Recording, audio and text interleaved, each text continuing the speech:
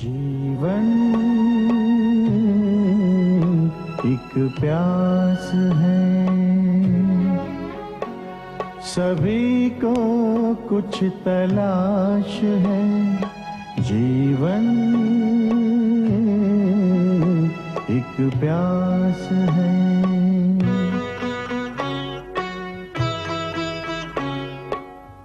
जिनकी हम तलाश में उम्र भर चले, कोई जानता नहीं वो कहाँ मिले। फिर भी टूटती नहीं ये जो आस है। सभी को कुछ तलाश है। जीवन एक प्यास है, सभी को कुछ तलाश है।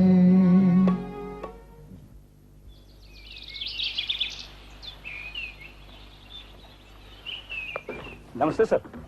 नमस्ते रमेश बाबू, क्या ऑर्डर लाए? ये रहा सर। बैठिए। ये तो बड़े पूर्वे के सर्वे करने का ऑर्डर है। वो भी 2 हफ्ते में काम खत्म करके रिपोर्ट भेजने की डिमांड है। अब सर्वे का सारा सामान लाए हैं? बिल्कुल लाया हूँ सर। CO2 लाइट वगैरह? हाँ सब लाया हूँ, वो आ रहे हैं।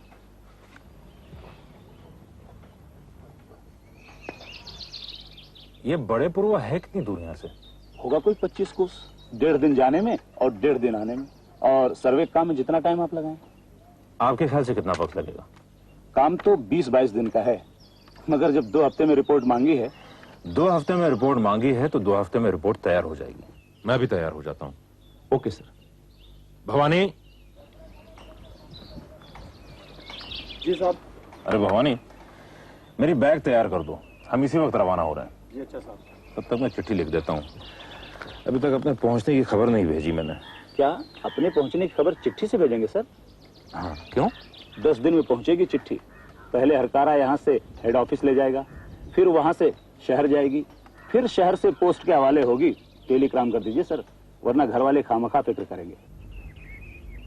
सुधीर को गए आज 7 दिन हो गए, मगर उसके पहुंचने की कोई इत्तला नहीं। उसके बिना यहाँ सब सुना सुना हो गया है। बड़ी माँ भी खामोश रहने लगी हैं। उनसे बातें करके उनका दिल बहलाने की कोशिश करता हूँ तो बात इधर उधर घूम के सुधीर पर ही आ जाती है। अरे आइए आइए, इसी का इंतजार कर रहे थे हम लोग। शुक्रिया।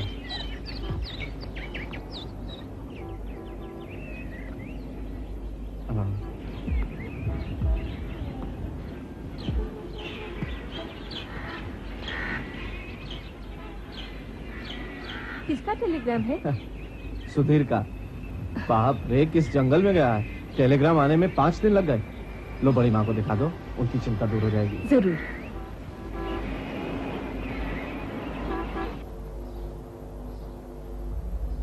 साहब खाली कब उठा लूं? हाँ हाँ उठा लो। अरे तुम्हारे सुधीर भैया खैरियत से पहुंच गए। भगवान का शुक्र है। क्या चिट्ठी आई है? ना ना, टेलीग्राम आया है। इसी खुशी में एक बढ़िया सी चाय और हो जाए। अच्छा साहब, अभी लेके आता हूं। सुनिए, माँ जी को कुछ हो गया है, सांस नहीं ले पा रही है, पसीने पसीने हो रही है। आप जरा डॉक्टर को बुलाइए जल्दी। हाँ, हाँ।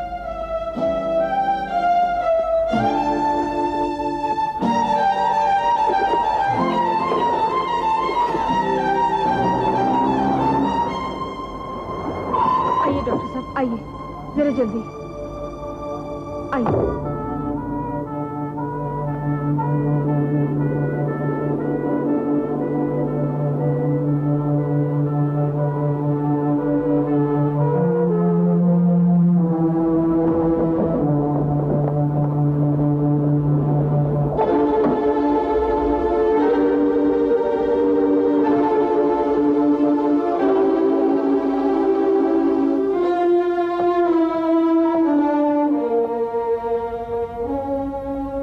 मेरा ख्याल है सुधीर को तार दे देनी चाहिए। मैसिव हार्ट अटैक है, लिख दीजिए फौरन आ जाए। ओके डॉक्टर साहब, मैं खुद ही जाता हूँ। डॉक्टर साहब, माँ जी ठीक हो जाएंगी ना? कुछ कहा नहीं जा सकता बेटे, 72 घंटे के बाद ही पता चलेगा।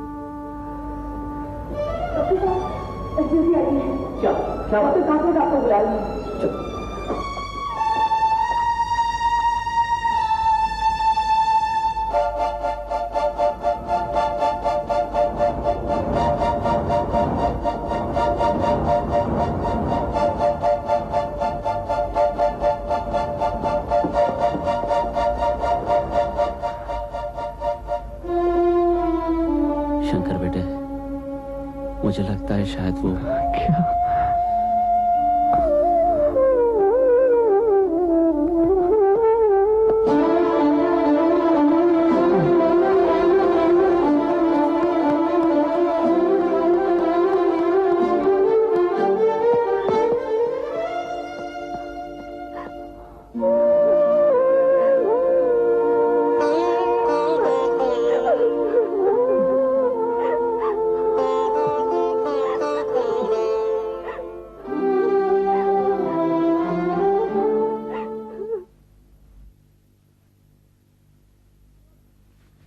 मैं यकीन के साथ कह सकता हूँ, बॉक्साइट की खान है जमीन के नीचे।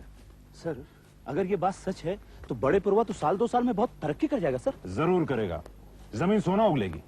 आप आगे साहब। हाँ, आपके लिए 2 तार। ये कब आया? जिस दिन आप गए ना उसी दिन मैं आप लोगों के लिए चाय बना दूं।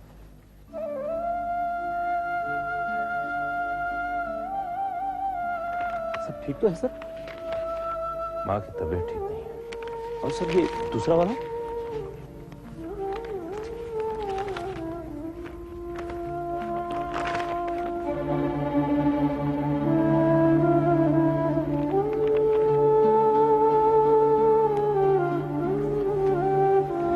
क्या हुआ सर?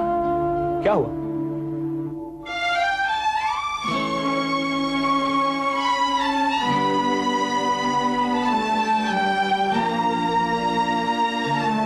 माजी झलसी?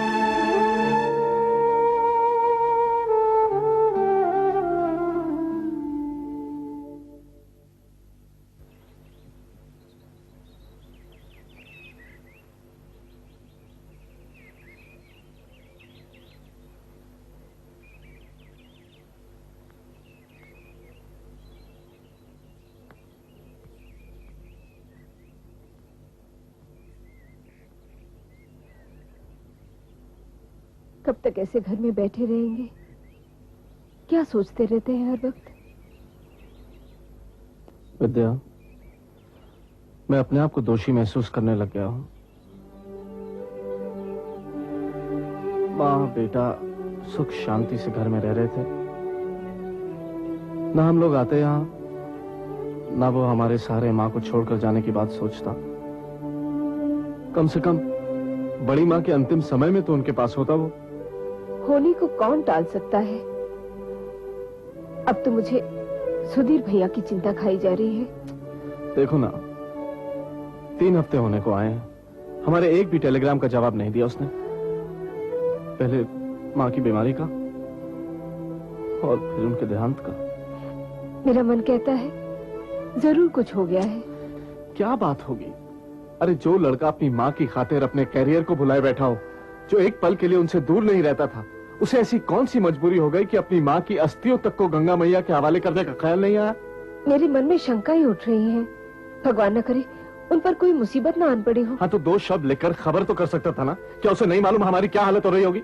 आप उनके ऑफिस में जाकर पता तो कराइए। ऑफिस में क्या पता कराऊं मैं? यही कि जिस पते पे आपने तार भेजी है वो पता तो सही है। अरे वो पता तो उसने अपने टेलीग्राम में लिखा था जिसमें वो तो ठीक है, लेकिन अगर उनके साथ कोई दुर्घटना घटी हो तो ऑफिस वालों को ही पहले मालूम होगा ना। आप आज ही देवर जी के ऑफिस हो आइए। कहिए, क्या जानना चाहते हैं आप सुधीर चौधरी के बारे में? देखिए, हमने उसे 2 टेलीग्राम दिए, लेकिन उसने एक का भी जवाब नहीं दिया। मिलता कैसे जनाब? 15 दिन पहले उन्होंने रिजाइन कर दिया, नौकरी छोड़ दी उन्होंने। ये क्या कह रहे हैं आप? और नहीं तो क्या, एकदम गैर जिम्मेदार, बिना किसी वजह के इस्तीफा लिखकर ऑफिस में भेज दिया। इतना भी इंतजार नहीं किया कि उनकी जगह पर कोई दूसरा आदमी वहां पहुंच जाता। बस फांसी चल दी। देखिए, मैंने उनकी माँ के देहांत की खबर उन्हें भिजवाई थी। शायद इसी सदमे की वजह से वो सदमे की वजह से इस्तीफा दिया, चलिए मान लिया, लेकिन उसके बाद उन्हें वापस घर तो पहुंचना चाहिए था। आप कह रहे थे कि उन्होंने आपके टेलीग्राम का जवाब तक नहीं दिया। आप मेहरबानी करके अपने डिपार्टमेंट की तरफ से खोज करवाएंगे तो। देखिए, जब तक आदमी हमारी ड्यूटी में है हमारी जिम्मेदारी है, उसके बाद हमारा उससे कोई वास्ता नहीं। उन्होंने इस्तीफा दिया और इस्तीफा मंजूर कर दिया गया। अच्छा जी, नमस्ते। क्या कह रहे हैं आप? हाँ, 15 दिन हुए रिजाइन कर गया। रिजाइन किया तो यहाँ क्यों नहीं आया? कहाँ चला गया? मैं ऐसा करता हूँ विद्या, कल सुबह खुद चला जाता हूँ। कल क्यों, आज ही चले जाइए। उसे जरूर माँ जी की गुजर जाने की खबर मिली है जो उसे सहन नहीं हुई। हाँ, ये चिट्ठी आई है। हाँ, अच्छा।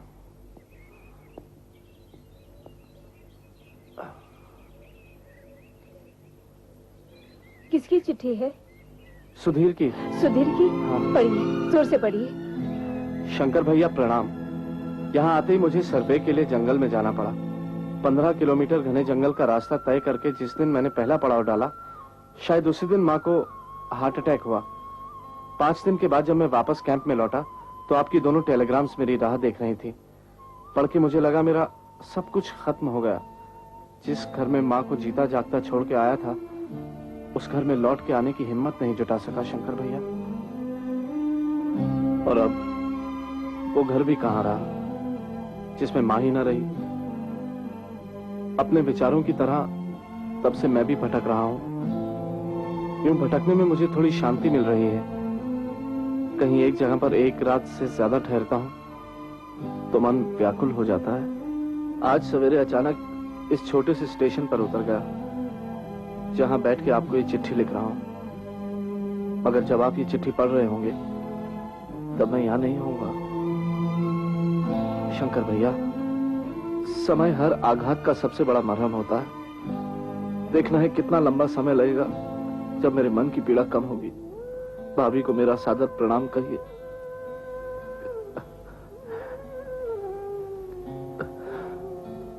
PS,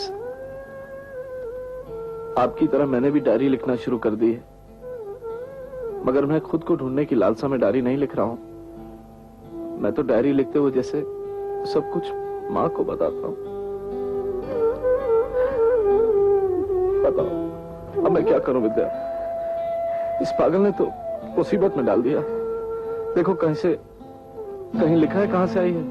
कुछ नहीं लिखा, सिर्फ तारीख लिखी है, वो भी 10 दिन पहले की। जगह का मालूम होता तो भी क्या फायदा।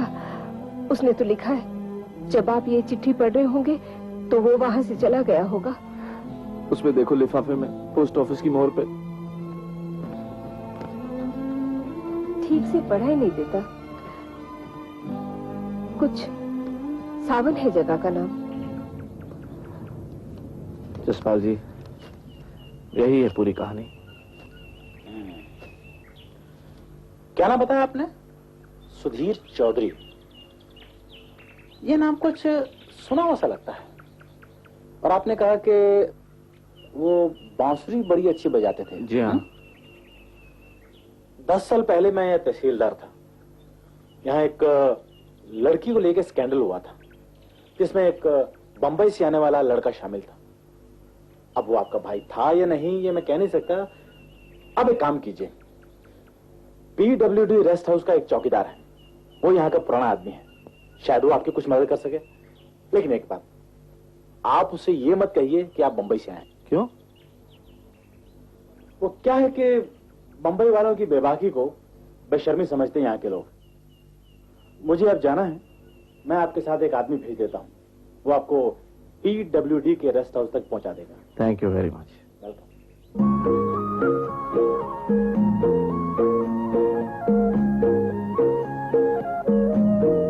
राम राम फर्दू भैया।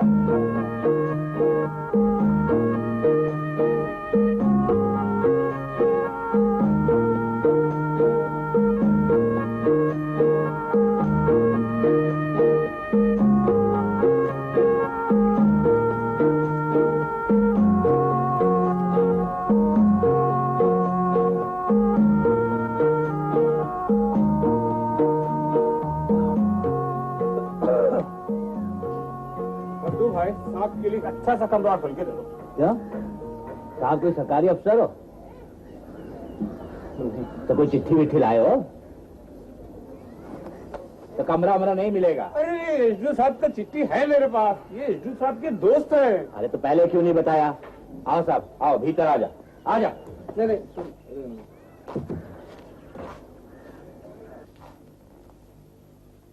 नहीं ये लो 10 रुपए। अरे अली साहब क्या कह रहे हैं आप? ये सामान क्यों उठा रहे हैं? हम उठाएंगे साहब, हम किस लिए हैं? हमको सामान दीजिए ना। आइए अब आइए आइए साहब आइए। आओ साहब आओ। देखो साहब ये अपने रेस्ट हाउस का सबसे अच्छा कमरा है साहब। हाँ सबसे अच्छा। वाकई काफी अच्छा है। एक बात पूछूं साहब? आप स्टेशन से आ रहे हैं ना? हाँ साहब लोग स्टेशन से यहाँ आने का 1 रुपया देते हैं और आपने उसको 10 रुपए दे दिए। तो क्या हुआ फर्दू भाई, वो आदमी खुश तो हो गया? हाँ साहब ये बात आपने 16 आने अच्छी कही साहब। आदमी को खुश करना सबसे बड़ा काम है। आप तो एकदम दरिया दिल आदमी है साहब। अरे फर्दू भाई एक कप गरम चाय हो जाए, वो क्या है थोड़ा थक गया। हाँ साहब चाय हो जाएगी, एकदम हो जाएगी। पर क्या है साहब अपने पास दूध तो है लेकिन चाय पत्ती और चीनी जरा बाजार से लानी पड़ेगी। हाँ हाँ तो ले आओ। और साहब खाना रात का खाना यही खाएंगे ना? हाँ तो साहब ज्यादा पैसा दीजिए, तेल तरकारी सब कुछ लेके आता हूँ। हाँ, ये लो। खाना और चाय दोनों 20 रुपए में साहब। फर्दू भाई ये 20 रुपए तो तुम्हारे लिए है, खाने और चाय के लिए ये 50 रुपए। वाह साहब अब आपको कोई तकलीफ नहीं होगी साहब। आप जितने दिन यहाँ पर चाहें आराम से रहिए, कोई तकलीफ नहीं होगी। फर्दू भाई वो एसडीओ साहब कह रहे थे कि तुम यहाँ के बहुत पुराने आदमी हो। हाँ साहब मैं तो यहीं पैदा हुआ साहब। जब से ये रेस्ट हाउस बना है साहब लोगों की सेवा करता आ रहा हूँ साहब। अच्छा अच्छा अच्छा। तो तुमसे कुछ जरूरी बातें करनी थी, किसी आदमी के बारे में कुछ पूछना था। हाँ साहब हाँ जो भी पूछेंगे आप सब बताऊंगा मैं। जरा बाजार से सौदा लेके आता हूँ, सांझ हो रही है ना, है आकर के सब बताता हूँ साहब। अच्छा साहब।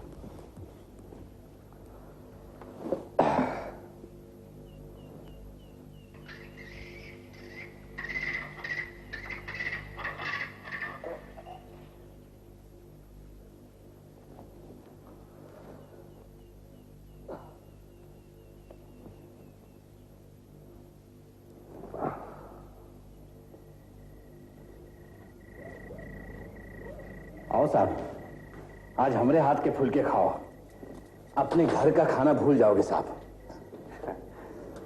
तुम्हारा घर कहाँ है फर्दू भाई? यही क्वार्टर में रहता हूँ साहब, पीछे। अकेले ही रहते हो? बीवी बच्चे?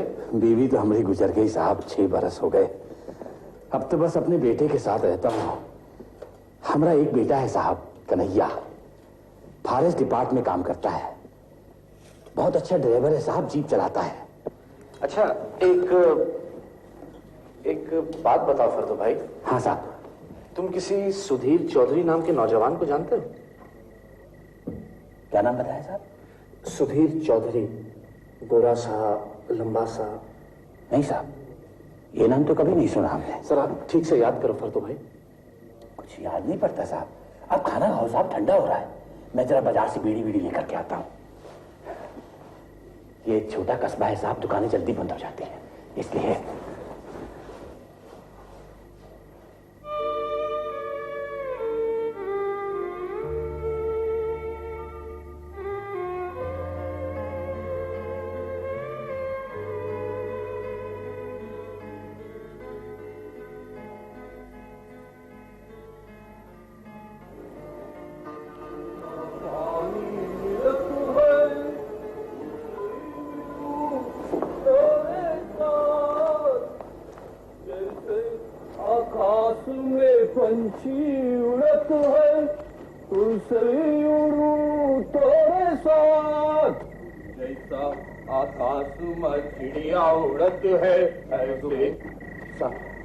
कहाँ चले गए थे आप?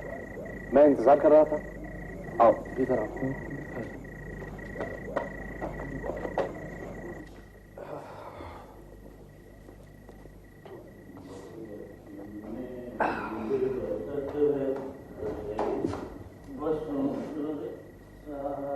फर्दू भाई, वहां कहाँ बैठ गए? ठंडी हवा लगेगी, इधर भीतर आ जाओ। नहीं लगेगी साहब, ठंडी का बंदोबस्त करके आया हूं मैं। आप बोलो, क्या बोल रहे हैं? फर्दू भाई, जरा ध्यान से सोचो। आज से 8-10 साल पहले यहां एक लड़का आया था बंबई से, सुधीर चौधरी। नहीं साहब, मैंने बताया ना आपको, कुछ याद नहीं पड़ता है। बिल्कुल नहीं। बिल्कुल नहीं, सच्ची बोलता हूं मैं। आपने खाना खा लिया साहब? मैं बर्तन लेके जा।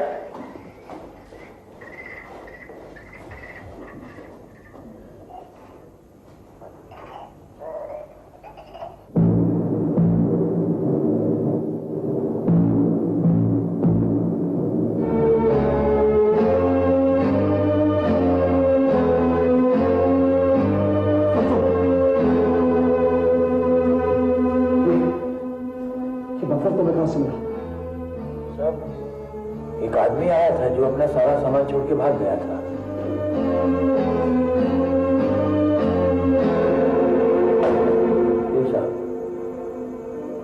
आप उस बदमाश की बात तो नहीं कर रहे? कौन बदमाश? वो जो बंबई से आया था, बांसुरी बजाता था। हाँ हाँ वही। मत करो उसकी बात साहब, मत करो। जिसने राजा साहब की इज्जत पर थूक दिया, उस बदमाश की बात इस इलाके में मत करो। राजा साहब? कौन राजा साहब? वही जिनके घराने की इज्जत मिट्टी में मिला दी उस बदमाश ने। अरे राजा साहब तो उस बदमाश को गोली से उड़ा देते, वो आई भी थे बंदूक लेकर उसे मारने के लिए, पर जान बचा के भाग गया डरपोक। साहब, हमसे उस बदमाश के बारे में और कुछ मत पूछो साहब। मेरा भाई था फर्दू, मैं उसी की तलाश में यहाँ आया हूँ। नहीं साहब, वो बदमाश आपका भाई नहीं हो सकता। मैं भगवान की सौगंध खाकर कहता हूँ भाई, मुझसे उस बदमाश के बारे में और कुछ मत पूछो, मुझे कुछ मालूम नहीं है।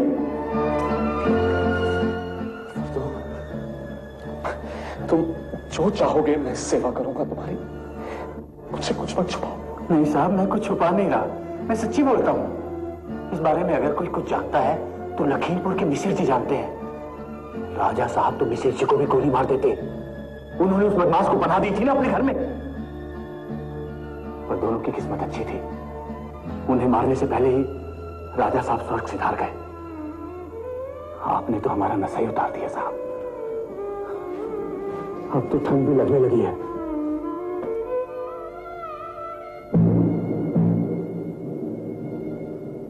मुझे यकीन हो गया है कि मैं सही जगह पर पहुंच गया हूं। यहां से मुझे सुधीर का कोई ना कोई सुराग जरूर मिलेगा।